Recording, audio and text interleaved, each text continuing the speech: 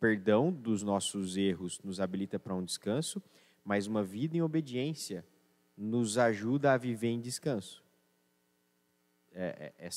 Esse é um ciclo, né? Quanto mais obediência, mais descanso.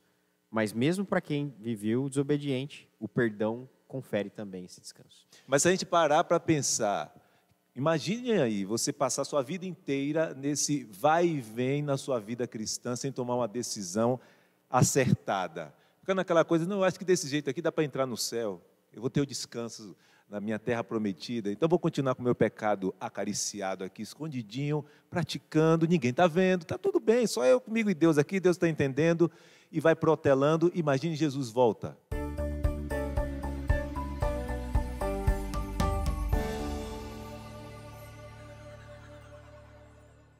Olá, amigos, tudo bem com vocês? Mais uma vez aqui nós estamos para nosso programa de Sala 1, o nosso projeto aqui da comunidade jovem do NASP Hortolândia, onde você é o nosso convidado. Quero lembrar você mais uma vez para que você possa compartilhar esse link, dar uma curtida aí também, né, um like para nós aqui, e também se inscrever no canal da igreja do NASP Hortolândia, tá ok? Assim você vai ajudar que essa programação possa chegar para mais pessoas e que esse conteúdo seja relevante, não somente para nós que estamos participando aqui, os nossos amigos, convidados, mas também para os nossos amigos que estão estudando a lição. Uma outra coisa que eu gostaria de deixar para você aqui, um outro recadinho, é que você, próximo semestre está aí, né, trimestre da lição, eu quero convidar você para estar com o seu guia de estudos. Se você ainda não adquiriu o seu guia de estudo para o próximo trimestre, procura a minha pessoa, o pastor Levi, o Guilherme Carrijo, o professor Raimundo, que está aqui conosco mais uma vez, e aí você não vai ficar sem o seu guia de estudos, tá ok? Eu quero apresentar aqui mais uma vez o nosso amigo aqui, o professor Raimundo. Professor, dá um alô aí para a galera, mais uma vez, se apresente, por favor. Mais uma vez, é um prazer estar com vocês, e vamos estudar a lição, hein? Beleza. Nosso amigo Guilherme Carrijo, que está aqui conosco já há alguns dias. Prazer constante, pastor, estar aqui dividindo essa bancada com vocês. Beleza, muito bom. E você também que está aí conosco, comenta aí, né, na nossa programação, aí nos comentários, deixe o seu comentário, deixe a sua pergunta também para os próximos programas. E se nós soubermos também, é claro, nós vamos responder também, tá ok? Mas antes disso, do nosso diálogo, como nós sempre fazemos, nós pedimos aqui a orientação e a presença do Senhor Jesus e do Espírito Santo. E por isso eu quero convidar aqui o Guilherme Carrijo para que ele possa dirigir essa oração. Assim como você está, incline a sua cabeça e vamos orar a Deus. Querido Senhor nosso Deus, obrigado pela oportunidade que o Senhor nos dá de aprendermos mais da sua palavra, de estudarmos entre amigos a tua vontade para as nossas vidas. Por favor, que esse estudo alcance o coração de inúmeras pessoas que precisam dele. Sabemos que o mundo precisa de cada vez mais da tua atenção, da tua vontade, e que esse estudo então possa atender essas expectativas. Nos abençoe, que tudo aqui aconteça unicamente para a tua honra e tua glória. É o que pedimos no nome de Jesus. Amém. Amém. Então vamos lá, vamos para o nosso diálogo dessa tarde, desta manhã. Não sei quando você vai estar aí, né, acessando esse link, essa programação, mas a lição de número 11, ela vem falando aqui um aspecto muito bacana sobre o santuário, sobre o cerimonial. Então vamos ler aqui o verso para memorizar, e o título diz, ansiando por mais. O verso diz assim, ora, estas coisas se tornaram exemplos para nós, a fim de que não cobicemos as coisas más, como eles cobiçaram. 1 Coríntios, capítulo 10, versículo 6, ok? E aqui já na lição, né, dessa semana, eu não tive o privilégio, mas eu tenho certeza que o Guilherme Carrijo conhece, Nova York, né, amigo? O professor Raimundo também. Talvez o professor. Não, só conheço a Bahia e São Paulo. Eu não também conheço, pastor. Eu não tive esse privilégio ainda, gostaria de conhecer, Não né? queria te frustrar, pastor, mas eu não cheguei tão alto assim. Então, porque diz aqui, né, logo no começo aqui, diz sobre a maquete que existe lá sobre Nova York, né, mostrando um pouco ali dos diâmetros, dos prédios que são apresentados, né, mas também está apontando para uma outra coisa, né, para uma cidade maior que essa. Pastor, eu gosto muito de maquetes. gosto muito de ferromodelismo. Olha só. Porque tá na minha área, né? Eu sou mineiro, faço trem, sabe, pastor? Olha aí. Mas é muito legal ver essa questão de representações, representatividades por meio de objetos, coisas. Maquete é um negócio fascinante.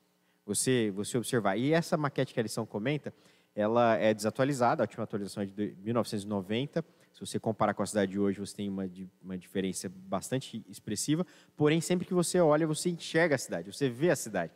Isso é interessante no nosso contexto, porque o verso que o pastor leu, no contexto de Coríntios, 1 Coríntios 10, a gente está vendo lições do povo que aprendidas, lições boas e até lições ruins, mas que refletem a realidade nossa hoje e a realidade vindoura também. Então, esse contexto é só para fazer essa ponta, né? Só para a gente entender esse pano de fundo da lição dessa semana. Muito bom.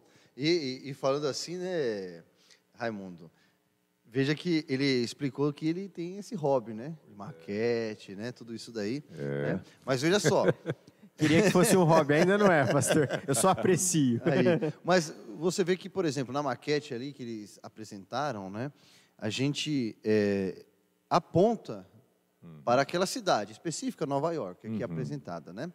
E mesmo que ela seja de 1990, ok? A última atualização.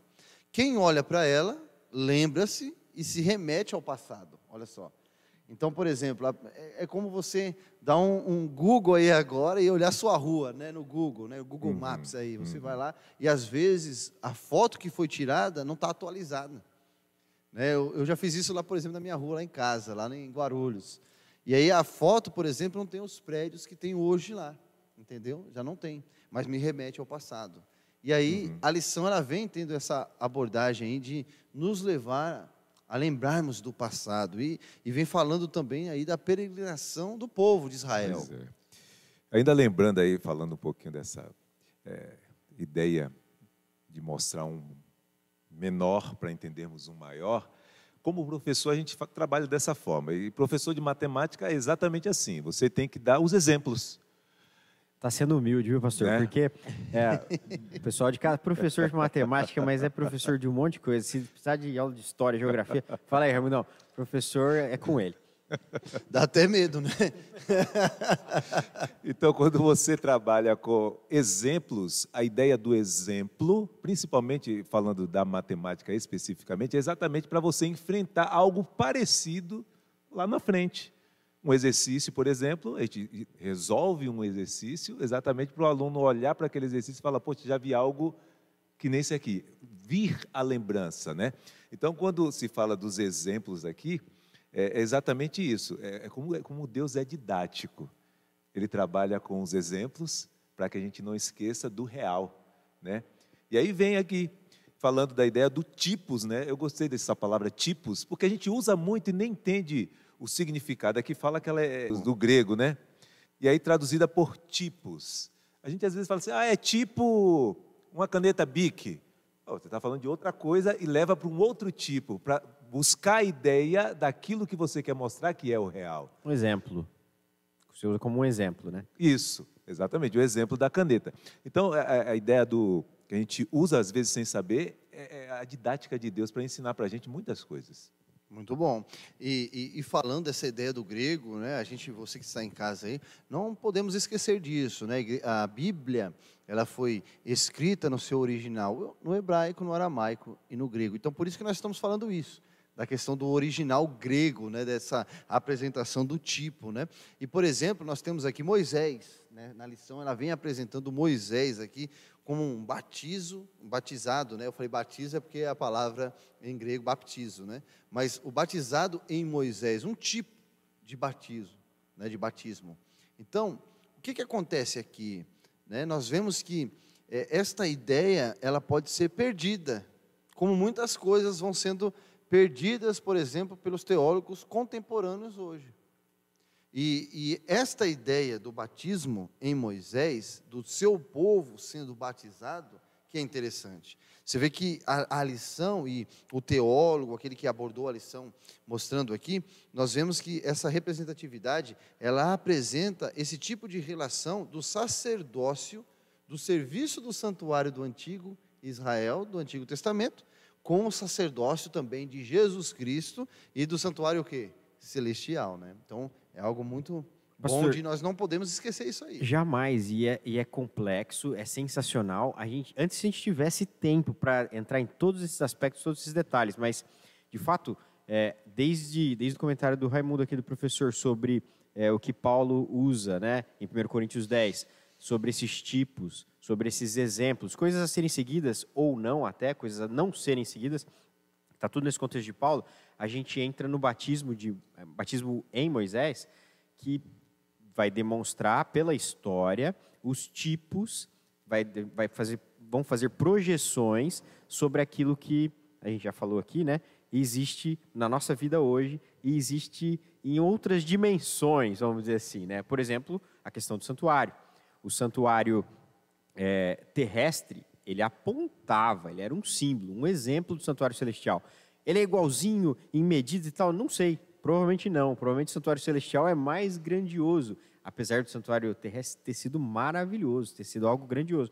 A gente, então, vê esse símbolo, esse tipo. Assim como, na questão do batismo em Moisés, a gente vê o povo passando pelo batismo, mas como um tipo, como um símbolo. O batismo nem existia naquela época, mas o povo foi batizado, passando pelo Mar Vermelho, foi batizado simbolicamente. Símbolo. O pastor pode explicar melhor para a igreja essa situação, mas simbolicamente, a nuvem de água, né, que os protegia pela noite e pela manhã, pelo sol, né, com sombra, e à noite com o calor, com calor, né? Fogo, Enfim, esses símbolos fazem a gente entender e fazem a gente remeter coisas que são maiores, que Deus criou e mantém até hoje. Ok. É verdade, até fala do maná, ali da rocha, né?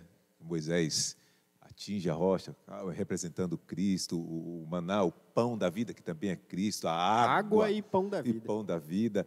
Então, todos esses símbolos mostrando que as coisas que aconteceram ali no passado estão remetendo a coisas que poderiam acontecer no futuro. O exemplo do passado acontecer no futuro. E, inclusive, a gente não pode esquecer, o Guilherme tocou muito bem, que algumas coisas que aconteceram como tipos e como exemplos não devem ser seguidos, né? Tem que tomar cuidado com isso. Algumas apostasias ali que o povo de Israel fazia. Eu lembro bem quando estavam indo para Mara e sentiram sede, logo depois de terem atravessado o Mar Vermelho, começaram a murmurar, queremos água, e Deus havia preparado um lugar maravilhoso para eles beberem água, logo depois, mas eles queriam naquele momento, e foram lá beber água amarga. Moisés teve que realizar um milagre ali, né, para mostrar que Deus também pode realizar milagres, mesmo quando o povo não está fazendo as coisas corretas, e logo depois, um lugar maravilhoso com palmeiras, sombra e água fresca. Só que já estavam saciados, né? Então, exemplos que podem ser seguidos e devem, e também temos exemplos que a gente tem que tomar cuidado. E nós vemos aí você explicando sobre isso, né? O povo de Israel era um povo desobediente e teimoso, né? A gente, né? Então, aí a gente pode arremeter a mesma coisa para Não nós, vê diferença, né? pastor. Não tem diferença, entendeu? E nós vemos a mesma questão aqui, mas eu gostaria de tocar nesse aspecto que vocês apresentaram sobre o aspecto do santuário terrestre, né? Você vê que a lição ela aborda muito bem ali na questão que Deus ele orienta a Moisés dizendo: tenha cuidado para fazer tudo de acordo com o modelo que foi mostrado a você no monte, né? Então veja só, Deus ele tinha um encontro particular, sobrenatural com Moisés. E quando nós vemos esse encontro acontecendo, era para orientar o seu povo. Ele existia ali um profeta, um homem de Deus, selecionado, separado, escolhido, para servir de orientação. A minha pergunta para vocês aqui, para o pessoal que está em casa também: se Deus, ele utilizava Moisés como servo, como profeta, eu posso anular aquilo que Deus, através de Moisés, orientou o seu povo? De forma alguma, pastor. Na verdade, a gente aprende, né, que Deus, estudando a história, a gente aprende Deus, como ele dá instruções extremamente específicas. Ainda no contexto do santuário, dos serviços que aconteciam, a gente vê em Levíticos 4, Deus dando instruções, detalhes específicos sobre os sacrifícios, sobre como proceder, quais os rituais. E essa demonstração do cuidado de Deus nos detalhes nos trazem uma atenção maior para aquilo. Deus é um Deus de detalhes. E a gente sabe que Deus ele é imutável. A forma muda, né? O santuário não está mais aqui. A gente conhecendo, é um outro assunto, mas a gente conhecendo a história, a gente sabe que o santuário foi transportado daqui, né? Não está mais aqui. A forma muda, mas o Deus é o mesmo. O cuidado dele, os detalhes dele na nossa adoração, no nosso dia a dia, eles continuam constantes. No caso do sacrifício que o pastor comentou, Deus ele apontava, vamos dizer assim, o ponto central desses sacrifícios, desses rituais, na questão do sangue. E o sangue sempre apontando no sangue vindouro, o sacrifício e o derramamento de sangue vindouro, que era o sacrifício perfeito, o sacrifício que iria realmente colocar fim nessa questão do pecado, o pagamento do salário do pecado. Existia todo um cerimonial, né, um ritual. Mas eu dei esse exemplo de Moisés e dei essa indagação até para o pessoal que está em casa, sabe por quê? Porque o apóstolo Paulo, em 1 Coríntios, no capítulo 10, ele vai falando sobre os nossos pais, né? Sobre os nossos pais. E aí, professor Raimundo, eu gostaria agora que nós possamos ter aqui agora essa ideia, né? O que o apóstolo Paulo está querendo nos dizer aqui? Talvez o pessoal em casa tenha essa mesma ideia, né? O porquê? Ele está se arremetendo e falando de quem? Para quem que ele está levando essa ideia? Quando fala de nossos pais aqui em Coríntios, né? Aí a lição até fala, nossos pais, entre aspas, refere-se aos seus antepassados judeus que tinham deixado o Egito. É exatamente o que a gente comentou, o povo egípcio, né? E aí a gente volta naquela ideia de que tipo de exemplo nós estamos seguindo desses nossos antigos pais. Quando fala pais, a gente entende que como filhos a gente obedece às regras, às ideias e os exemplos principalmente. Quando se fala de pais, os filhos olham mais legado, né? O legado. Mas os filhos observam mais aquilo que você fez do que aquilo que você fala que iria fazer, né? Então, esse legado, palavra boa, dita pelo Guilherme aí, é exatamente o que os nossos pais deixaram. Claro que nossos pais também falharam. Ser humano, né? Ser humano. Então, que tipo de exemplo dos nossos pais, do antepassado, nós estamos seguindo, né? E tem muita coisa boa também, né? Os nossos antepassados, né? Os nossos pais. Existe muita coisa boa também que a gente pode continuar aplicando hoje, né? E nessa questão do cerimonial, do santuário sendo apresentado, é claro que, como o Guilherme falou aqui, né? Se fôssemos falar, por exemplo, do santuário terrestre, nós teríamos dias para explicar, né? Não apenas em 40 minutos no programa aqui, né? Nós estamos fazendo aqui só uma ideia, né? Assim, né? Não é uma tábua rasa, é claro, né? Mas é um comentário, ok? Mas nós estamos explicando aqui a respeito dessa ideia de que, por exemplo, tudo isso ficou no antepassado, ficou no passado, na verdade, né? Por exemplo, para muitos teólogos hoje contemporâneos, nós temos a ideia de que quando Jesus ele se oferece em sacrifício, ali anulou-se, por exemplo, as leis, tanto cerimoniais, mas também as leis morais, olha só. E a lição ela vem abordando sobre isso, a respeito do sistema de rituais e sacrifícios que eram ali utilizados naquele momento, né? Para aquele povo, era algo específico para aquele povo, né? Dentre o cerimonial. E aí, quando a gente fala, por exemplo, de tipo, Moisés ele é um antitipo do Messias, né? A palavra Moshe, né? Ou Machia, quando nós traduzimos ali, né? Nós vemos o antitipo do libertador, olha só. Então Moisés ele foi o libertador para o povo, e Jesus sendo o libertador para este povo, não somente no contexto desse momento que nós estamos vivendo, mas no contexto também dos nossos antepassados, né? Aqueles que aceitaram este sacrifício. E aqui vem falando sobre o que Cristo simboliza, né, Guilherme e professor Raimundo, né? O que Cristo representa para este povo. O Guilherme tocou na ideia do sangue e é o ponto central dessa lição aí de segunda-feira, rituais e sacrifícios.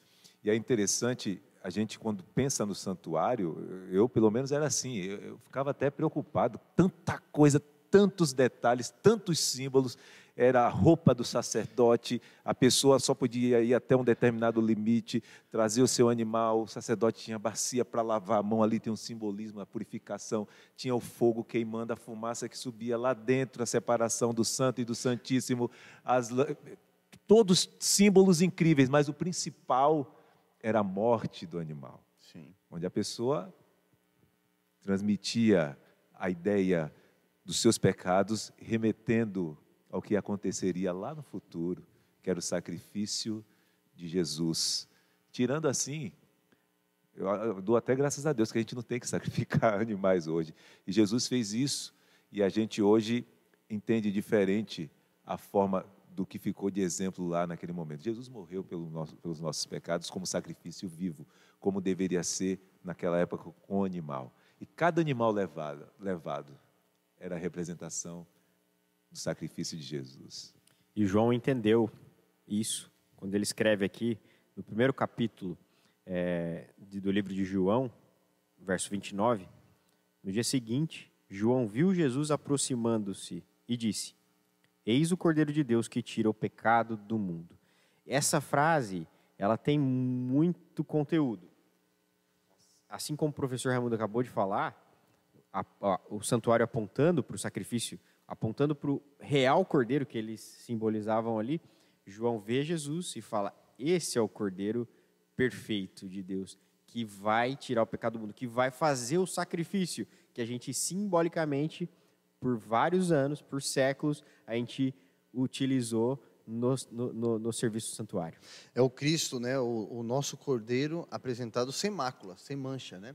Capítulo 4 de Levíticos, versículo aqui 32, né, vai ser ali a orientação de Deus para Moisés, como seria o procedimento para o sacrifício ser realizado, para ser aceito. O que nós precisamos entender aqui, você que está em casa, é que tudo isso que nós estamos falando foi orientações do próprio Deus, né? Foi Deus orientando o seu povo para que pudessem ser aceitos, né, no sacrifício. E aí nós falamos anteriormente, na lição passada, né, aqui com o professor Raimundo e com o Guilherme, sobre o sábado, né? E aí a gente também pode fazer essa mesma analogia. Qual sábado seria aceito por Deus, né? Da minha parte, como a apresentação de um sacrifício pessoal. Porque o texto aqui eu gostaria de ler, o 4, versículo 32 de Levíticos, diz assim, ó: se trouxer um cordeiro pela expiação do pecado, traga-o sem defeito.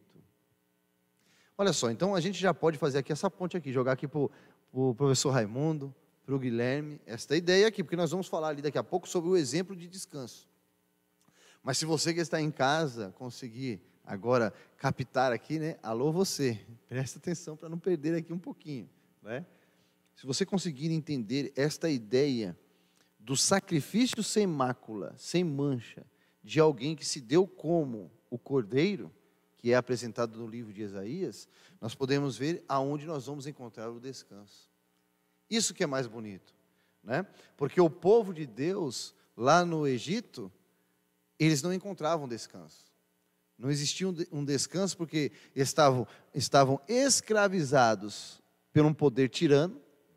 E infelizmente hoje muitas pessoas se encontram assim também, escravizadas, né, por poderes, né, que estão aí, infelizmente, tirando a sua liberdade em vários aspectos, mas também por um poder que é sobrenatural, que tira também a liberdade através do pecado.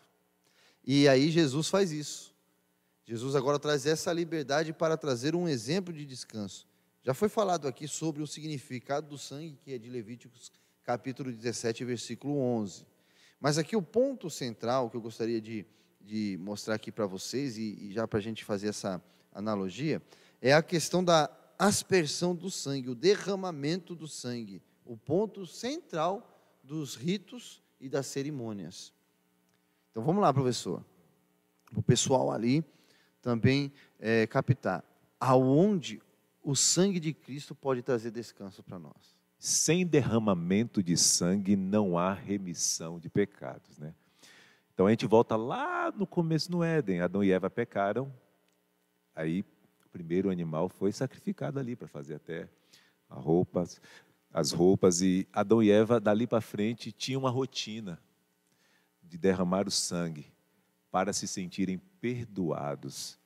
Então o sacrifício de Jesus é para a remissão dos nossos pecados. Nós temos que nos sentir livres quando aceitamos o sacrifício de Cristo, o derramamento do sangue dele na cruz. É a liberdade que ele nos dá. Ele morreu para que nós ficássemos vivos, tivéssemos a liberdade de vivermos. Entendo dessa forma. Muito bom. Perfeito. Isso que o professor Raimundo falou, realmente, quando a gente vê o sacrifício de Jesus e a gente entende todo esse contexto, desde a construção dele, nos símbolos que apontavam para o sacrifício real, o derramamento de sangue, a gente recebe um convite à fidelidade. Isso é bem descrito em Hebreus, capítulo 4, versos 1 a 11. Esse chamado, o livro de Hebreus faz um chamado para todos nós, a perseverança, a fidelidade, porque daí sim a gente chega no descanso merecido, que é o perdão. Isso que o Raimundo está falando, se eu fosse traduzir em uma palavra que o professor Raimundo falou, eu falaria perdão. O pagamento pelo preço do nosso pecado, com isso, o perdão. E esse perdão nos permite descansar, que é justamente esse contexto de Hebreus 4, do verso 1 a 11, esse chamado à perseverança, à fidelidade, e aí, como consequência, como resultado, um descanso de Deus, que falando de tipos, falando de exemplos, é a terra prometida. É justamente a gente viver o reino de Deus aqui. A gente busca, a gente recebe perdão, a gente dá perdão, a gente começa a experimentar o reino aqui. Por quê? Porque Deus é bom demais. Ele não vai levar lá para o reino dele alguém que não queira viver isso. Então, a gente experimenta aqui, a gente convive com o reino aqui, e aí Deus ele fala assim, agora vem viver comigo aqui o reino real. A gente passou pelo tipo, a gente passou pelo exemplo e vai para lá na realidade que foi permitida, que foi paga pelo sacrifício do sangue de Jesus na cruz. E é interessante que o povo de Israel passou por esse processo, né? O processo de sacrifícios, e a luta era chegar no descanso que era a terra prometida. E para a gente não é diferente. Jesus já morreu por nós, mas nós temos que confessar os nossos pecados ainda, temos que manter essa relação com Ele, nesse mesmo caminho para chegarmos na Canaã celestial. Então, o exemplo fica ainda, o tipo fica. A gente tem que continuar na caminhada. E não pode entrar quem não quer, quem não tem a comunhão, quem não tem a relação, quem não estuda a palavra, quem não ora, quem não tem uma ligação direta com Cristo, como é que vai descansar? Não vai ter descanso. Para ter o descanso, a gente precisa dessa conexão. Ia ser horrível, né? Deus é bom demais, Ele não quer que ninguém sofra. Pois é. Então, se a gente escolher deliberadamente não viver essa realidade, a gente escolhe continuar aqui, na realidade daqui. O interessante é que o povo de Israel, eles tinham os exemplos ali, né? Vocês falaram aqui a nuvem que cobria o povo, né, fazendo com que o povo pudesse ser protegido do sol durante o dia. Tinha ali as colunas de fogo durante a noite para se proteger também do frio do deserto. O mar se abriu diante dos seus olhos. Tiveram também as pragas como ação sobrenatural de Deus. E mesmo assim andavam muitas vezes em descrença. Se esqueciam, por exemplo, a lição ela toca aqui, né, nessa questão do passado, né? Essa estreita relação entre fé e descanso, e falando que muitas vezes Deus, eles se demonstravam para eles, para que eles não pudessem se esquecer do passado. E continuando aqui, né, amigos, nós vemos que o povo, ele escolheu a rebelião, e portanto nunca experimentou o descanso que Deus desejava para eles, olha só. Então nós já vemos aqui esse contraponto aí, né, mostrando que o povo, ele não queriam, porque o coração estava endurecido, olha só. E aí já começa aí tem uma outra alegação daquilo que nós acabamos de falar, sobre o passado, né? Quando você esquece de onde você veio, você não consegue ver para onde você está caminhando, olha só.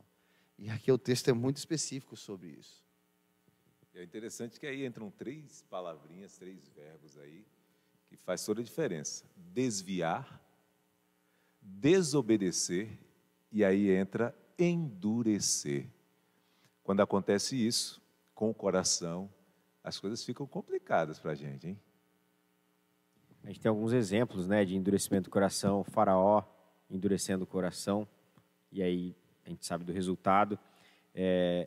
A advertência, a gente recebe uma advertência, um convite aqui em Hebreus, capítulo 4, nos Salmos também 95, para não endurecer o nosso coração aos apelos do Senhor.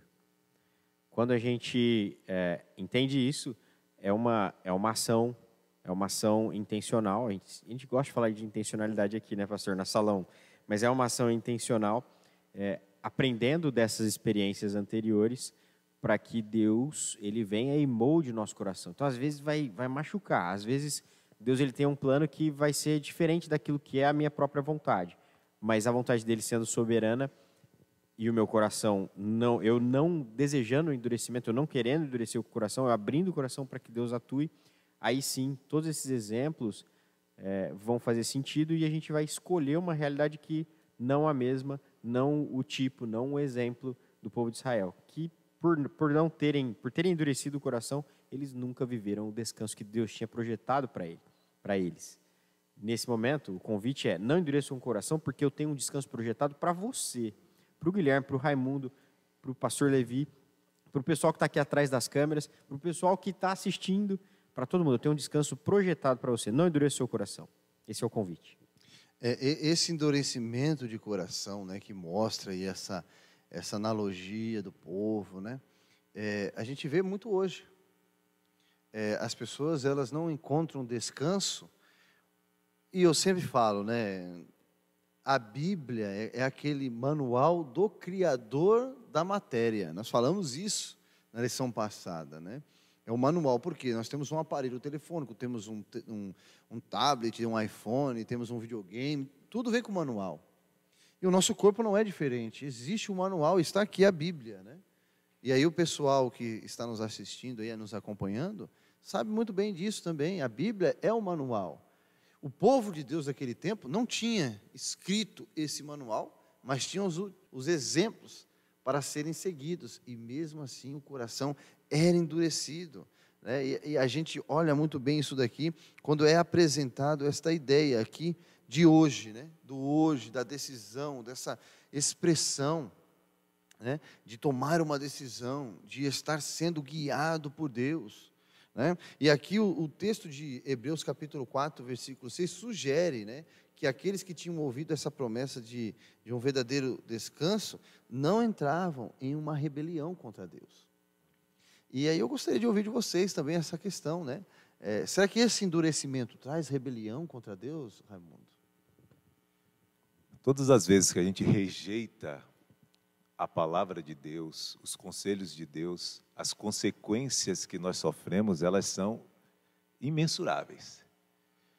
Mesmo quando aceitamos, devido ao pecado que o mundo já tem, nós já sofremos. E quando não aceitamos, o inimigo tem as portas abertas para fazer o que ele quiser. E quando a palavra de urgência surge aqui, hoje, né, a gente tem que entender essa palavra como urgência. Quando alguém fala assim, ó, hoje você vai pregar, é um susto, a gente fala, hoje? Mas é hoje? É para nos levarmos à ideia de que tem que ser rápido, urgente. Então, quando ouvires hoje Deus falando ao seu coração, não endureçais o vosso coração. Amém. Então, aqui também, nessa mesma parte aqui de falando do hoje aqui, esse semeron, né? Nós encontramos essa palavra semeron também no Pai Nosso, que Jesus ensinou, né? Em grego, paterremon, né? Então, o paterremon, ele é ali o exemplo que Jesus disse de oração. Então, ele fala, o pão nosso de cada dia nos dai hoje. Ele está se referindo não somente ao pão material, mas ao pão espiritual, né? E quando nós se alimentamos desse pão espiritual, e aqui a gente pode falar um pouquinho sobre isso também, da questão do apóstolo Paulo, que apresenta em Hebreus, esse hoje, Guilherme, não é naquele tempo, né? Que muitos teólogos colocam esse hoje para aquilo que Paulo estava falando para os hebreus, ali para as igrejas daquele tempo, para os gentios e para os cristãos primitivos, né? Mas também ele está se referindo à nossa atualidade. E você vê que é interessante aqui que este semeron, este hoje é enfático, e ele enfatiza realmente a ideia de que nós vamos encontrar o descanso quando nós encontramos verdadeiramente a Jesus Cristo. Exatamente, justamente porque quando a gente vive com angústia pelo pecado, pastor, a gente não tem descanso. A angústia pelo pecado nos cobra muito, cobra caro. Porém, quando a gente faz, quando a gente recebe, quando a gente faz um encontro com Jesus, hoje, a gente então, a gente recebe esse perdão, e o perdão é que nos habilita. Eu anotei aqui, o perdão nos habilita para esse descanso prometido. É só através do perdão.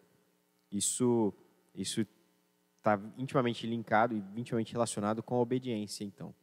O perdão dos nossos erros nos habilita para um descanso, mas uma vida em obediência nos ajuda a viver em descanso.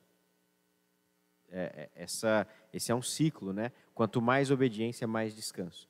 Mas mesmo para quem viveu desobediente, o perdão confere também esse descanso. Muito bom. E nós vemos esse descanso, e agora eu pergunto para vocês, é para todos? Esse descanso é para todos? É para todos que aceitarem. A gente olha para o povo de Israel naquela correria, 40 anos para muitos ali terem o coração amolecido. 40 anos. Ninguém entrou na terra. Poucos. Os filhos desses, sim, né?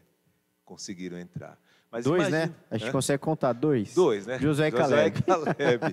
Mas se a gente parar para pensar, imagine aí, você passar sua vida inteira nesse vai e vem na sua vida cristã, sem tomar uma decisão acertada. Ficando naquela coisa, não, eu acho que desse jeito aqui dá para entrar no céu. Eu vou ter o descanso na minha terra prometida. Então, vou continuar com o meu pecado acariciado aqui, escondidinho, praticando. Ninguém está vendo, está tudo bem, só eu comigo e Deus aqui, Deus está entendendo. E vai protelando. Imagine Jesus volta e você perde a oportunidade de ir para o céu. O povo de Israel, muitos deles foram assim, eles foram protelando, murmurando, reclamando, instigando, se convertiam, voltavam a praticar o que estava errado, aí Deus ia lá novamente, eles voltavam, e nesse vai e vem, muitos não conseguiram chegar no descanso. Muito bom, e esse descanso, né, é para todos, mas nem todos querem. Né? Continua ainda, né, como você mesmo deu aquele exemplo, né, bebendo das águas amargas, né? Aquilo que infelizmente não é o melhor que Deus tem para oferecer, né? Eu sempre digo o seguinte, que infelizmente o ser humano, e aqui nós falamos para esse público, né, um público cristão da nossa igreja, tal, mas também tem outras pessoas que estão nos assistindo também, eu tenho certeza. Mas geralmente nós como cristãos vamos protelando, como foi falado aqui, né? E vamos sempre querendo tomar dessa água amarga, aquilo que o inimigo vem colocando, né? E essa conquista da cidade celestial, que vai trazer o refrigério, Guilherme, vai trazer tudo. Se eu continuar bebendo dessas fontes amargas, né, que foi colocado aqui, logo no começo, falamos sobre a nuvem que protegia, falamos sobre o fogo, falamos sobre o maná, tudo isso Deus dando para o povo de Deus naquele tempo. Hoje nós temos a palavra. Deus se apresentando através da palavra dele, apresentando também orientações através do espírito de profecia. Como é que nós podemos nos preparar para não termos também, porque eu sempre digo o seguinte, né? Quando nós estamos com uma ferida aberta e nós tocamos na ferida, ela dói, não é? Mas quando a ferida ela é cicatrizada e você pode tocar nessa ferida que já foi cicatrizada, você não sente mais nada, né? Às vezes a pele até, você não sente nem a pele mais, porque a ferida ela foi cicatrizada de uma forma que você não sente mais. Mas o perigo é você cicatrizar sem ser curado. Olha só, né? Porque às vezes você curou superficialmente, mas a raiz lá dentro continuou. Uma inflamação, né, pastor? Não importa, um da forma que está problema. lá dentro. Então, esse é o problema que está sendo apresentado aqui pelo povo de Deus. Né? Tiveram exemplos, tiveram tipos, mas Deus ele mostra que o descanso nós vamos obter quando nós conquistarmos realmente esta cidade celestial. E o apóstolo Paulo, Guilherme, o que ele vem apresentando sobre isso? Pastor, vamos abrir então aqui Gálatas, capítulo 3, 26? 26 até o 29. Eu vou ler aqui rapidinho. Okay. É um complemento à resposta do professor Raimundo, né?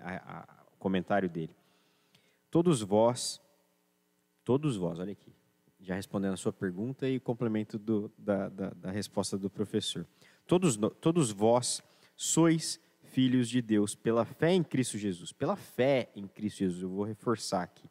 Pois todos vós que fostes batizados em Cristo, vos revestistes de Cristo.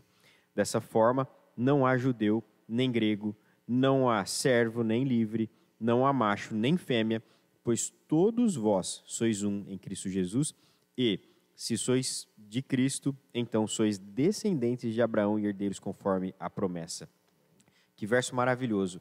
Aqui, a gente entende que todo mundo que crê, todo o crente é descendente de Abraão, não talvez na árvore genealógica de Abraão, mas um descendente espiritual de Abraão. Portanto, herdeiro dessa promessa, herdeiro dessas promessas que a gente falou aqui. Isso é maravilhoso, isso é uma das características mais belas desses tipos e desses exemplos que a gente estudou essa semana. Muito bom. Eu queria agora aqui deixar para o nosso amigo, o professor Raimundo, as suas considerações finais aí, o pessoal que está em casa. Deus, ele dá oportunidade a todos que se arrependerem, que não endureceu o coração. Ele aceita todos como seus filhos, mesmo que não seja da linhagem de Abraão, mas todos são aceitos, aqueles que têm fé e aceitam sua palavra. O sangue de Cristo foi derramado por todos vocês, por todos nós. Amém. Amigos, Guilherme, você tem alguma consideração final aqui ainda? Uma rápida consideração, pastor. O descanso supremo, esse descanso que a gente tanto almeja, descanso supremo prometido mediante o que Cristo fez por nós, não substitui o sábado bíblico. Ao contrário, ele intensifica. Por quê? Porque o sábado bíblico e o sábado que a gente participa semanalmente, a gente já falou em outros momentos aqui, ele aponta, ele é um exemplo para o descanso maior que Deus prometeu para a gente. Então, assim, de maneira alguma, isso substitui aquelas instruções. É só mais um último exemplo, mais um último tipo que Deus, na sua bondade, na sua misericórdia, Ele deu para a gente, Ele colocou para a gente através do povo de Israel, antes do povo de Israel, desde a criação e a fundação do mundo. Amém. E para você, amigo que está em casa, né? Nós estamos chegando ao final aqui da nossa programação, do nosso programa desta tarde, desta manhã. Não sei quando você vai estar aí assistindo e acompanhando também. Eu gostaria de deixar com você aqui um texto que está em Isaías, capítulo 55, versículo 6 em diante. Vai falar um pouco sobre isso. O povo de Israel caminhou durante um tempo, um período no deserto. E muitos se distanciaram de Deus também no deserto. E como foi falado aqui pelo professor Raimundo, infelizmente, e o Guilherme ali falou, né, somente dois conseguiram entrar ali na terra prometida. Sabe por quê? Olha o que Isaías fala aqui.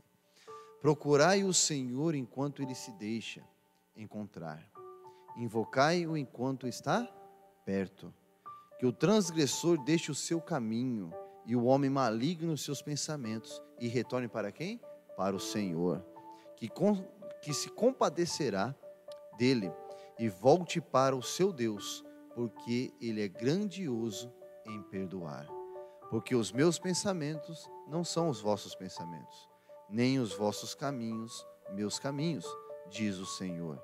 Porque assim como o Senhor fez os céus mais altos do que a terra, assim são os meus caminhos mais altos do que os vossos caminhos, e os meus pensamentos mais altos do que os vossos pensamentos.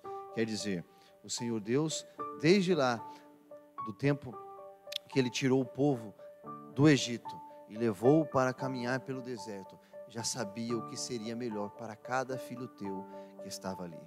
Mas muitos escolheram os seus próprios caminhos e ficaram pelo deserto. Deus hoje nos convida a voltarmos para o caminho que Ele escolheu para a nossa vida e não endurecer o nosso coração. Então, com este pensamento, eu quero convidar você nesse momento que feche os seus olhos, abra o seu coração, vamos falar com Deus. Senhor Deus e Pai que estás no céu, a nossa gratidão é porque nesta tarde, nesta manhã, quando os nossos amigos estiverem aqui, Pai, assistindo esta programação, eles possam de uma maneira especial saber que o Senhor tem dado a eles a oportunidade de voltar para os seus caminhos e abrir os seus corações. Que os nossos corações possam permanecer, Senhor, fiéis a Ti, a Tua palavra, para que nós possamos, Senhor, entrar na Tua terra prometida, a Canaã celestial, para contemplar a glória do Senhor Jesus. Fica conosco, Senhor, nos dê a Tua bênção, nós Te agradecemos, em nome de Jesus. Amém.